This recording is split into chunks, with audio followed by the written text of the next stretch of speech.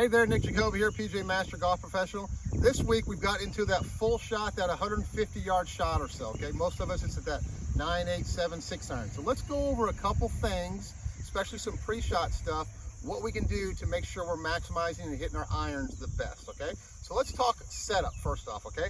How in the world do we set up to hit this shot? So I'm a big believer in as the club gets longer, the ball position moves forward. So we were hitting some wedges a couple weeks ago, which is more middle to back. Now we've got that mid iron in there, so the ball position is going to be maybe just front of middle, okay?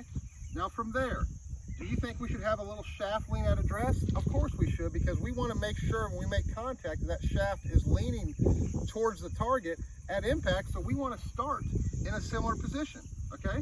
So now let's talk a little aim. How in the world do I aim at something that's 150, 60, 70 yards away? How about picking out an intermediate target?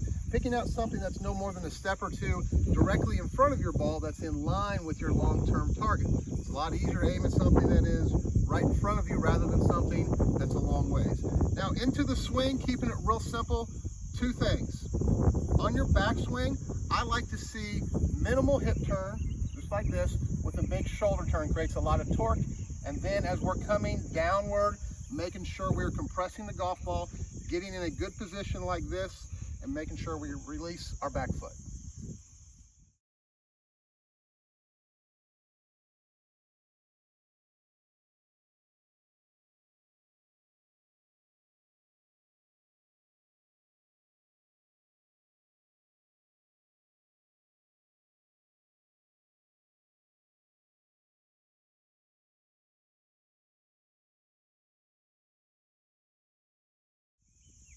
So to recap, a couple things here when you're hitting that 150-yard shot or so.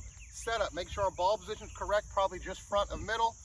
During the swing itself, making sure that we have a minimal hip turn, but a big shoulder turn, making sure we're compressing the golf ball with the shaft leaning towards the target with a full release.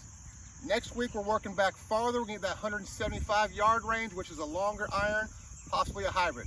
Thanks for tuning in. We'll see you next week.